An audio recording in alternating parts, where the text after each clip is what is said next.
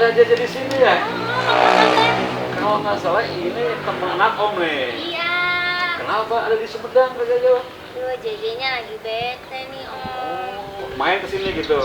Oke, biar nggak bete, Om ajak jalan-jalan ke tempat-tempat yang unik di Sumedang, oke? Ih, hari ini JJ nggak akan bete lagi deh guys. Soalnya JJ udah diajak jalan-jalan sama Pak Agus. Yeay, tetap di Cutini Alam. Kami akan mengawali perjalanan kali ini dengan belajar tentang sejarah Sumedang yang megah di masa lalu. Caranya dengan mengunjungi Museum Prabu Gesan Ulun. Museum Prabu Gesan Ulun menyimpan banyak artefak dan peninggalan bersejarah sejak masa berdirinya kerajaan Hindu di Sumedang. Awalnya, peninggalan-peninggalan berharga tersebut disimpan di gedung milik Yayasan Pangeran Sumedang sejak tahun 1955. Barulah pada tahun 1973, museum ini didirikan dan diberi nama resmi Museum Prabu Gesan Ulun pada tahun 1974. Sampurasun. Sampai Abdul Syukur. Halo. gimana gitu Pak? Ini pakai ini sendiri ya? Abdi teh pernah sarana berprestasi sampun anak, namanya JJ. Halo Pak. Dari Centini Alam. Dari Cutini Alam, iya Pak. Ini katanya mau jalan-jalan di Sumedang. Saya bawa ke Museum Gesan Ulun Kabupaten Sumedang. Nah, puntenlah Pak Syukur tolong dipandu apa ya, ya. Sebagaimana tadi dikatakan dalam peraturan Bupati nomor 113, ya, kemudian ada pengembangan rencana induk pengembangan daerah pariwisata atau Riparda, kita mengacu ke budaya, nilai-nilai budaya. Ada jargon dina budaya orang apa, tina budaya orang apa. Itu artinya dari budaya itu kita turistar gitu kan, ngapak. Kemudian kita dari budaya juga kita maju gitu, ngapak, terbang seperti itu. Nama besar Prabu Gesan Ulun sudah tidak asing lagi bagi masyarakat Sunda atau mereka yang lama menetap di bumi Priangan. Untuk mengenal sosoknya, kita harus mundur cukup jauh ke masa lalu.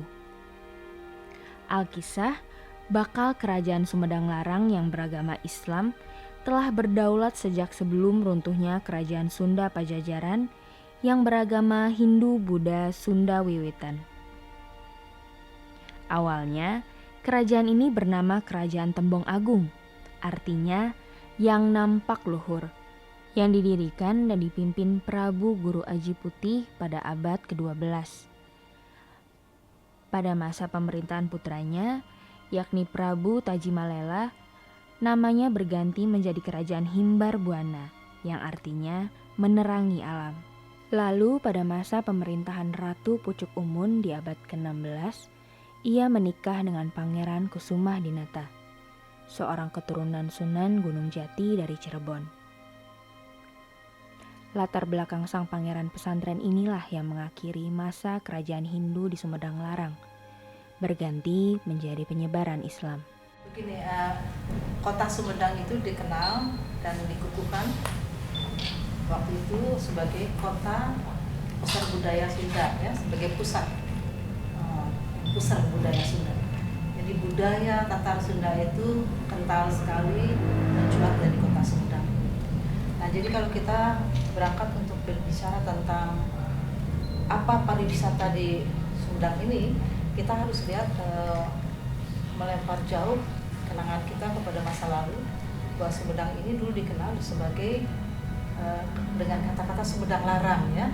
Sumedang Larang itu asalnya dari keraton. Dulu nama keratonnya adalah Keraton Sumedang Larang, yang sekarang keratonnya ada, ya, dengan semua ahli warisnya juga masih ada, dan Keraton Sumedang Larang ini juga melestarikan sejarahnya, melestarikan barang-barang yang menjadi peninggalan daripada Keraton Sumedang Larang dulu, ya. Putra Ratu Pucuk Umun bernama Prabu Gesan Ulun. Di masa pemerintahannya, wilayah Sumedang Larang meliputi wilayah Priangan, yaitu Kuningan, Bandung, Garut, Tasik hingga Sukabumi, kecuali Ciamis. Di bawah pemerintahan Prabu Gesan Ulun, Sumedang Larang mengalami kemajuan pesat. Di awal masa pemerintahan Prabu Gesan Ulun, Kerajaan Sunda Pajajaran mengalami serangan yang dilancarkan Kerajaan Banten dalam rangka penyebaran Islam dan berada di ambang kehancuran. Prabu Siliwangi, raja terkenal Pajajaran, pada saat-saat kekalahan mengutus 4 orang abdinya menemui Prabu Gesan Ulun untuk memohon perlindungan dari Sumedang Larang. Keempat abdi tersebut menyerahkan sebuah mahkota emas, simbol kekuasaan Raja Pajajaran. Walaupun saat itu tahta fisik Raja Pajajaran direbut Banten, namun dengan terselamatkannya mahkota raja dan diberikannya pusaka itu pada Prabu Gesan Ulun, hal itu menandai penyerahan kerajaan Pajajaran di bawah kekuasaan Sumedang Larang. Prabu Siliwangi sendiri kemudian pergi untuk bersemadi dan bertirakat di puncak Gunung Tampomas. Dan dikisahkan beliau akhirnya berhasil mencapai alam kedewaan dengan ngahyang atau moksa. Jadi karena ada potensi historikal, potensi yang sudah ada, maka nilai-nilai yang akan dikembangkan dari nilai-nilai budaya yang kita ini. Pengembangan konsepnya adalah budaya lokal, kearifan lokal. Dan itu sudah di peraturan bupati. Apalagi dengan pengembangan Jati Gede gitu kan, tetap itu nilai-nilai budaya lokalnya harus dimunculkan seperti itu.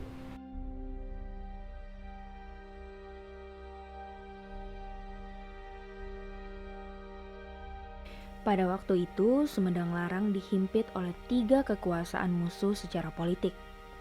Kerajaan Banten yang merasa terhina dan tidak mengakui kekuasaan Prabu Gesan Ulun atas wilayah Pajajaran yang diserangnya, pasukan VOC di Jayakarta, dan Kesultanan Cirebon yang sejalan dengan Kesultanan Banten. Pada masa itu pula, Kesultanan Mataram, sebuah kesultanan Islam dari timur Jawa, sedang berada pada masa jayanya. Dengan tujuan politik, akhirnya Prabu Gesan Ulun menyatakan bergabung dengan Mataram. Seperti banyak dilakukan kerajaan-kerajaan kecil lainnya. Maka jadilah Prabu Gesan Ulun raja terakhir dari Sumedang Larang. Dan sejak itu, pangkat raja turun menjadi adipati atau bupati di bawah kekuasaan Mataram. Ya, nah, jadi sabar dulu ya. Posisinya. Aku bantu ya, Pak.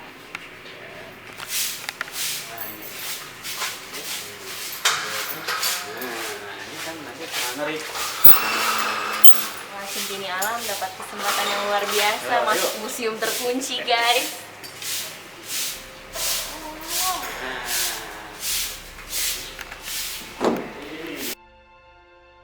Agak sedikit misterius tentang Sumedang. Ada hal-hal yang kurang terangkat tapi tersiratkan, yaitu kembali kepada sejarah Sumedang Larang tadi.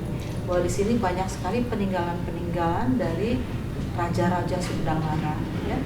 Peninggalan itu berupa antara lain bukan cuma peninggalan-peninggalan yang dilestarikan di museum Prabu Gesan Ulun ini, tapi juga peninggalan-peninggalan semacam yang berkaitan dengan peradaban sejarah di Tatar Sunda, yaitu di Sumedang Larang, yaitu situs-situs dan makam-makam raja-raja Sumedang Larang.